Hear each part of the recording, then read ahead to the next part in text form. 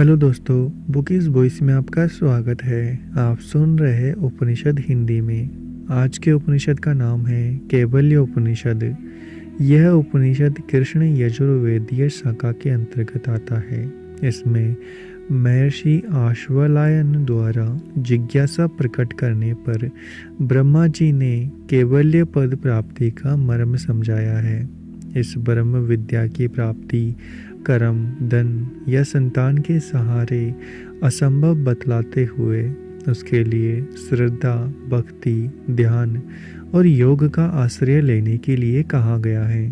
अंतःकरण को नीचे की अरणि तथा ओंकार को ऊर्ध्व अरणि के रूप में प्रकट कर ज्ञानाग्नि प्रज्वलित करके सांसारिक विकारों को दहन करने का निर्देश दिया गया है।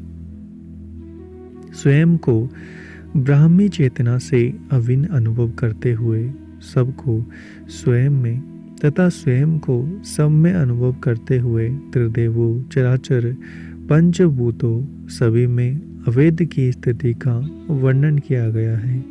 अंत में इस उपनिषद के अध्ययन की फलश्रुति कही गई है।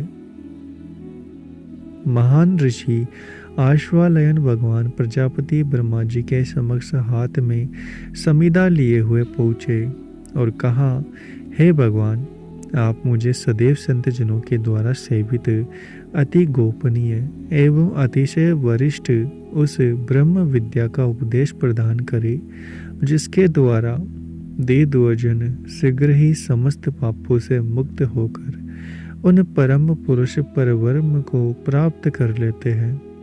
तदंतर ब्रह्मा जी ने कहा, हे आश्वालायन, तुम उस अति श्रेष्ठ प्रातःवर तत्व को श्रद्धा, भक्ति, ध्यान, चिंतन और योगाभ्यास का आश्रय लेकर जानने का प्रयास करो।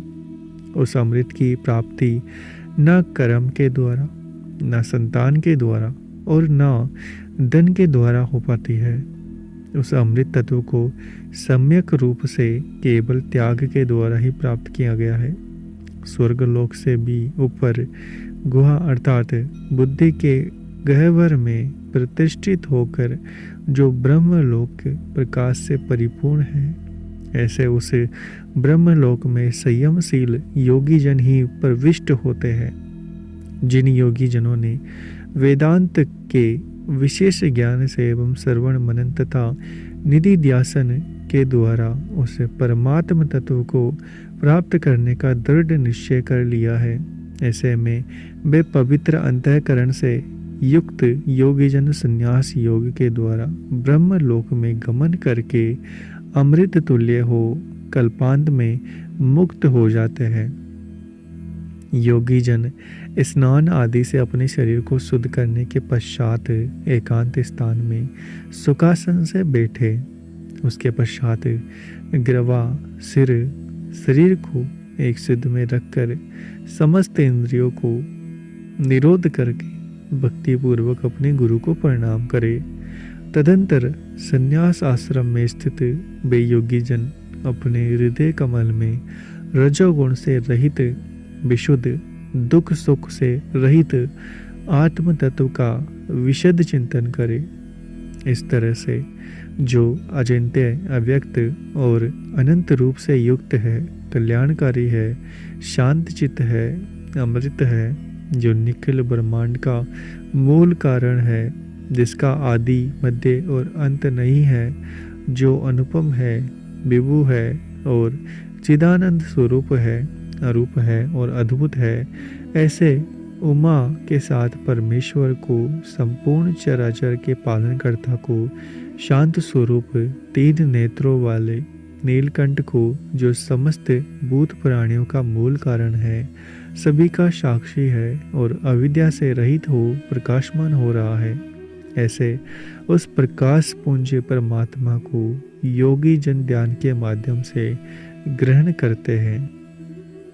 वही प्रातः पर पुरुष ब्रह्मा है, वही शिव है, वही इंद्र है, वही अक्षर रूप में शाश्वत ब्रह्म है, वही भगवान विष्णु, वही प्राण तत्व और वही कालाग्नि और चंद्रमा के रूप में भी है। जो कुछ बीत चुका है और जो भविष्य में होने वाला है, सभी कुछ वही प्रातपर ब्रह्म है। ऐसे उस श्रेष्ठ सनातन परमात्म तत्व को प्राप्त करके प्राणी मृत्यु से परे अर्थात मुक्ति को प्राप्त कर लेता है। वह फिर जन्म मृत्यु के चक्र में नहीं फंसता। जो मनुष्य अपनी आत्मा को समस्त भूत प्राणियों के समान देखता है और समस्त भूत प्राणियों को अपनी अंतरात्मा में देखता है, ऐसा ही वह साधक परब्रह्म परमात्मा की प्राप्ति करता है। वह अन्य दूसरे और किसी उपाय से उस ब्रह्म को नहीं प्राप्त कर सकता है। ज्ञानी जन अपनी आत्मा अर्थात अंतःकरण को नीचे की अरणी एवं ओंकार को ऊर्ध्व की अरणी बनाते हुए ज्ञान रूपी मंथन के अभ्यास प्रक्रिया द्वारा जगत के बंधन पापों को विनष्ट कर डालते हैं, अर्थात ज्ञानाग्नि में जलाकर वश कर देते हैं। वही जीवात्मा माया के अधीन हुआ अति मोहग्रस्त होकर शरीर को ही अपना स्वरूप स्वीकार करते हुए सभी तरह के कर्मों को करता रहता है। वही जागृत अवस्था में स्त्री अनपान आदि विभिन्न प्रकार के भोगों का उपभोग करता हुआ तृप्ति लाभ प्राप्त करता है। स्वप्न अवस्था में वही जीव अपनी माया के द्वारा कल्पित जीवलोक में सभी तरह के सुख और दुख का उपभोग करने वाला बनता है और सुषुप्ति काल में माया द्वारा रचित समस्त प्रपंचों के विलीन होने के उपरांत वह जीव तमोगुण से अभिपूरित हुए सभी सुख के स्वरूप को प्राप्त करता है। तत्पश्चात पुनः वह जीव जन्म जन्मांतरों के कर्मों की प्रेरणा से सुषुप्ति से स्वप्न अवस्था में अवतरित होता है। इसके अनंतर वह जागृत अवस्था में गमन करता है। इस तरह स्थूल सूक्ष्म और कारण शरीर रूप तीन पुरियों में जो जीव क्रीड़ा करता है, उसी से सभी प्रपंचों की विचित्रता उत्पन्न होती है। इन संपूर्ण प्रपंचों का आधार स्तंभ आनंद स्वरूप अखंड बोध स्वरूप है, जिसमें स्थूल सूक्ष्म और कारण शरीर रूप तीनों पुरियां लय को प्राप्त होती है। इसी से प्राण मन और समस्त इंद्रियों की उत्पत्ति होती है। आकाश वायु अग्नि जल और समस्त विश्व का धारण पोषण करने वाली पृथ्वी की उत्पत्ति होती है। जो परब्रह्म परमेश्वर समस्त भूत प्राणियों की आत्मा है, जो सभी कार्य कारण रूप जगत का महान आयतन है, जो सूक्ष्म से भी अति सूक्ष्म है, नित्य है, वह तत्व तुम ही हो।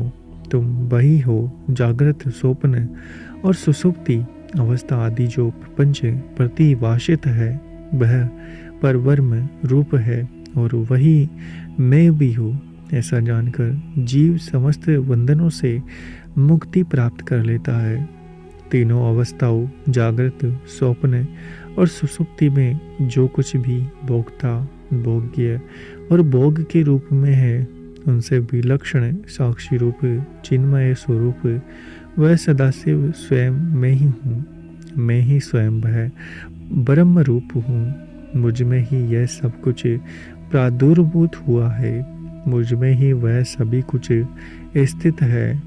मुझ में ही सभी कुछ विलीन हो जाता है। वह अद्वय ब्रह्म रूप परमात्मा मैं ही हूँ। मैं परब्रह्म अणु से भी अणु अर्थात परमाणु हूँ। ठीक ऐसे ही मैं महान से महानतम अर्थात विराट पुरुष हूँ। यह विचित्रताओं से पराभरा पूरा संपूर्ण विश्व ही मेरा स्वरूप है। मैं पुरातन पुरुष हूँ। मैं ईश्वर हूँ। मैं हिरण्यमय पुरुष हूँ। मैं शिव स्वरूप हूँ। वह हाथ पैरों से रहित होते हुए भी सतत गतिशील है, जो चिंतन से परे है। ऐसा शक्ति स्वरूप ब्रह्म मैं ही हूँ। मैं नेत्रों के अभाव में सभी कुछ देखता हूँ। कानों के बिना भी सब कुछ श्रवण करता हूँ। बुद्धि आदि से पृथक होकर भी मैं सब कुछ जानता हूँ, किंतु मुझे जानने वाला कोई नहीं है। मैं सदा ही चित स्वरूप हूँ। समस्त वेद उपनिषद आदि द्वारा मैं ही जानने योग्य हूँ। मैं ही वेदांत का कर्ता हूँ और वेद वेता भी स्वयं मैं ही हूँ। मुझको पुण्य पाप आदि कर्म स्पर्श नहीं करते। मैं कभी विनष्ट नहीं होता, ना ही मेरा कभी जन्म ही होता है। ना मेरे शरीर मन बुद्धि और इंद्रियां ही है। मेरे लिए ना भूमि है, ना जल है, ना अग्नि है, ना वायु है, ना आकाश तत्व ही है। जो भी मनुष्य अविनाशी ब्रह्म को इस प्रकार से गुहा अर्थात बुद्धि के बाहर गह्वर में स्थित निष्कल अंग विहीन एवं आदित्य सद सद से रहित सभी के साक्षी रूप में विद्यमान जानता है, वह पवित्रतम परमात्मा स्वरूप को प्राप्त कर लेता है। जो भी मनुष्य इस शतरुद्री का पाठ करता है, वह अग्नि के सदृश पवित्र हो जाता है। वायु की भांति गतिशील रहते हुए सुचिता का वर्ण करता है। वह सुरापान और ब्रह्म हत्या के दोष से मुक्त हो जाता है। उसे स्वर्ण की चोरी का पाप भी नहीं लगता। शुभ शुभ कर्मों से उसका उद्धार हो जाता है। भगवान सदाशिव के प्रति समर्पित हो वह अभिमुक्त स्वरूप को प्राप्त कर लेता है। इसलिए जो मनुष्य आश्रम से अतीत हो गए हैं, ऐसे उन परमहंसों को सर्वदा या फिर कम से कम एक बार इस उपनिषद का पाठ अवश्य करना चाहिए। इनसे उस विशेष ज्ञान की प्राप्ति होती है जो ज्ञान भवसागर को नष्ट कर देता है। इस प्रकार इस उपनिषद को ऐसा जानकर व्यक्ति कैवल्य फल को प्राप्त कर लेता है, कैवल्य पद को प्राप्त हो जाता है। इस प्रकार से कैवल्य उपनिषद यही समाप्त होता है। उम्मीद है आपको हमारा प्रयास पसंद आ रहा होगा। चैनल पर नए हैं तो चैनल को सब्सक्राइब करें, वीडियो को लाइक और शेयर करना ना भूलें। मिलते हैं आपसे अगले एपिसोड में।